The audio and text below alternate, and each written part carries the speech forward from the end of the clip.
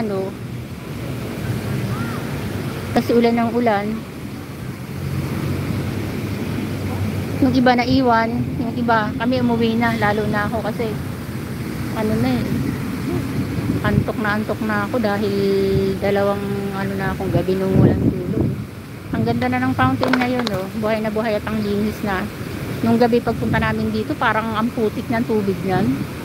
Kasi ginagawa na yata yung paliguan ng mga ano dito eh, pasaway dito na dito natutulog.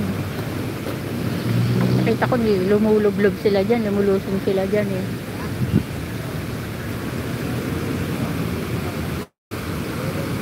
Kaya yan, ngayon ang ano na, ang linis na at buhay na yung fountain niya.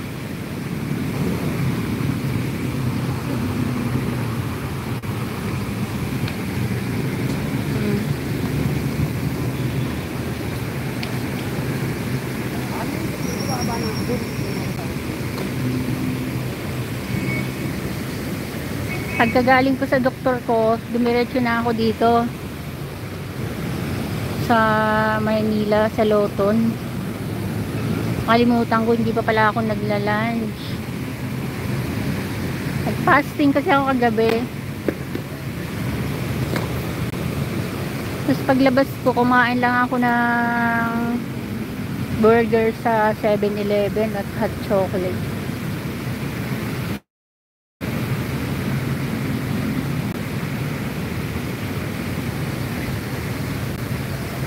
Ayan, hindi naman tayo pwedeng dumaan dyan kasi ano yan,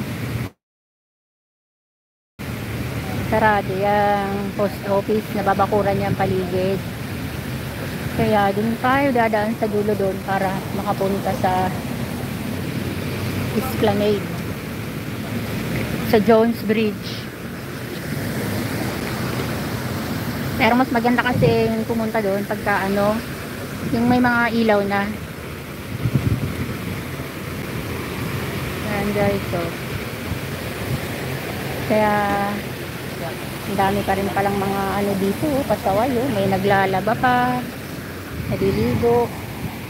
Yan ang ano kasi, pagsisipagluwas ng Maynila, wala naman palang mga tutuluyan. Tapos mag-i-squat sila dito sa Manila, magpapasaway. Mas masarap ang buhay sa probinsya. Bakit? Pagpunta dito na wala namang mga matutuluyan at tatambay dito, mag-i-squat sa mga park, mga gilid-gilid kung saan sa Luneta. Hindi na sila makatambay dun sa ano eh, sa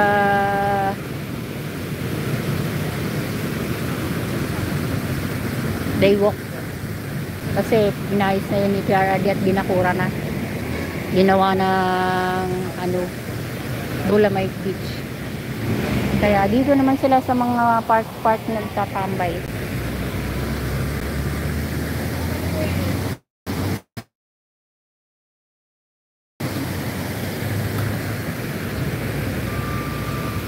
Ayan na, bye na muna guys.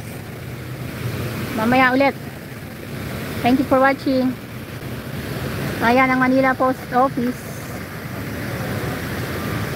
Dati nasunog na yan eh. Bagbali yan. Hindi na yan yung original na post office. Tapos alam ko nagkasunog ulit dyan eh. Ewan ko kung naayos na yung loob niyan. Kasi pag tinignan mo yung loob niya, oh, parang labas lang magandang tignan. So hindi kita.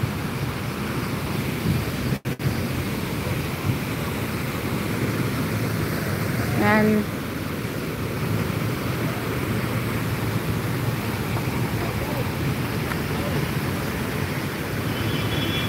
bye na guys, thank you for watching.